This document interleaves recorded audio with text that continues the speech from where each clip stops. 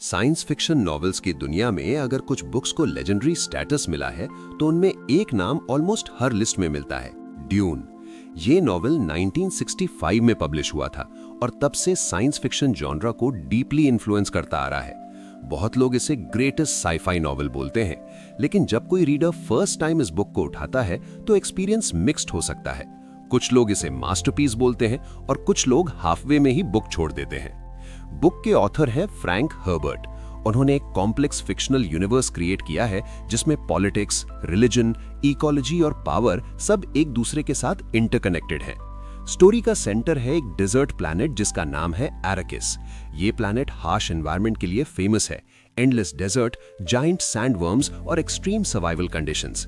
लेकिन एराकिस सिर्फ एक डेजर्ट प्लैनेट नहीं है, ये यूनिवर्स का मोस्ट वैल्यूएबल रिसोर्स प्रोड्यूस करता है जिसे स्पाइस बोला जाता है। स्पाइस एक रेयर सब्सटेंस है जो स्पेस ट्रैवल और पॉलिटिकल पावर के लिए एसेंशियल है। इस रिसोर्स की वजह से एराकिस एक स्ट्रेटेजिक बैटलफील्ड बन जाता है। स्टोरी का मेन कैरेक्टर है पॉल एट्रेडीज। वो एक नोबल फैमिली का यंग एयर है। उसके फादर हैं ड्यूक लेटो एट्रेडीज, जिनको एराकिस का कंट्रोल दिया जाता है, लेकिन ये डिसीजन पॉलिटिकल ट्रैप भी होता है। यूनिवर्स में एक राइवल फैमिली भी है जिसका नाम है हाउस हॉकनेन। ये फैमिली रूथलेस और पावर हंग्री दिखाई गई है। पॉलिटिकल बिट्रेयल और कंस्पिरेसी के थ्रू एट्रेडीज फैमिली पर अटैक होता है। यहां से स्टोरी सर्वाइवल और रिवेंज की डायरेक्शन में मूव करती है। प्लॉट सरफेस लेवल पर एक रिवेंज और पावर स्ट्रगल स्टोरी लग सकती है, लेकिन नॉवेल का रियल फोकस डीपर थीम्स पर है। इकोलॉजी, रिलीजन, प्रोफेसी, पॉलिटिक्स और ह्यूमन एवोल्यूशन जैसे टॉपिक्स स्टोरी के अंदर वोवन है। बुक का सबसे स्ट्रॉन्ग एस्पेक्ट है वर्ल्ड बिल्डिंग। फ्रैंक हर्बर्ट ने एक एक्सट्रीमली डिटेल्ड यूनिवर्स क्रिएट किया है।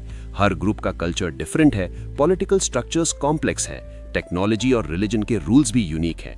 एग्जाम्पल के लिए एराकिस पर एक लोकल कम्युनिटी है जिसे फ्रेमेन बोला जाता है। ये डेजर्ट सर्वाइवल एक्सपर्ट्स हैं। उनका लाइफस्टाइल हार्श एनवायरनमेंट के अकॉर्डिंग अडेप्टेड है। वाटर कंजर्वेशन उनकी कल्चर का सेंट्रल रूल है। फ्रेमेन कल्चर नॉवेल का इंटरेस्टिंग एलिमेंट है। उनका कनेक्शन डेजर्ट इकोलॉजी से स्ट्रॉन्ग है। ये थीम मॉडर्न एनवायरमेंटल डिस्कशन से भी कनेक्ट करता है। लेकिन ऑनेस्ट रिव्यू में एक इंपॉर्टेंट पॉइंट मेंशन करना जरूरी है। बुक का वर्ल्ड बिल्डिंग इंप्रेसिव है, लेकिन कॉम्प्लेक्सिटी भी हाई है। न्यू रीडर्स को बिगिनिंग में कंफ्यूजन हो सकता है। बहुत सारे न्यू टर्म्स इंट्रोड्यूस होते हैं, पॉलिटिकल फैक्शंस और कल्चरल कॉन्सेप्ट्स एक साथ एक्सप्लेन होते हैं। इसलिए बुक का फर्स्ट 100 पेजेस स्लो और हैवी फील हो सकते हैं। कई रीडर्स इसी स्टेज पर स्ट्रगल करते हैं। अगर रीडर पेशेंस मेंटेन करे तो स्टोरी ग्रेजुअली क्लियर होती है, लेकिन fast pace story telling expect करने वाले रीडर्स को बुक स्लो लग सकती है। बुक का एक और यूनिक एस्पेक्ट है रिलीजन और प्रोफेसी का रोल। पॉल एट्रेडीज ग्रेजुअली एक मेसायनिक फिगर की तरह डेवलप होता है। पॉलिटिकल पावर और रिलीजियस बिलीफ का कॉम्बिनेशन स्टोरी में इंपॉर्टेंट रोल प्ले करता है।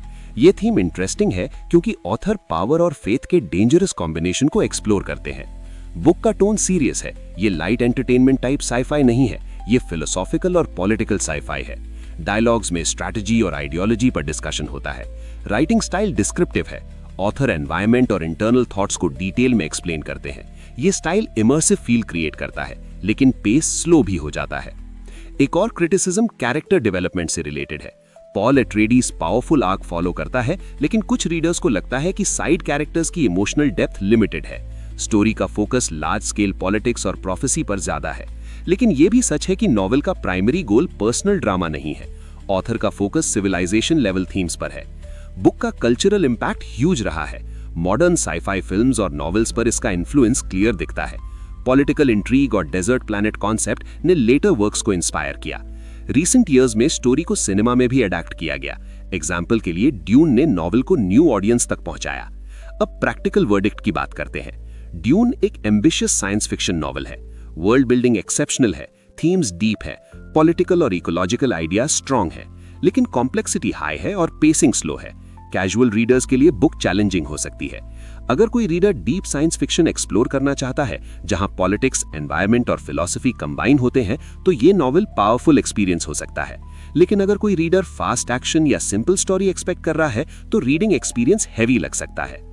सिंपल वर्ड्स में बोलें तो ये नॉवेल सिर्फ स्पेस एडवेंचर नहीं है, ये पावर, बिलीफ और एनवायरनमेंट के रिलेशनशिप पर एक कॉम्प्लेक्स थॉट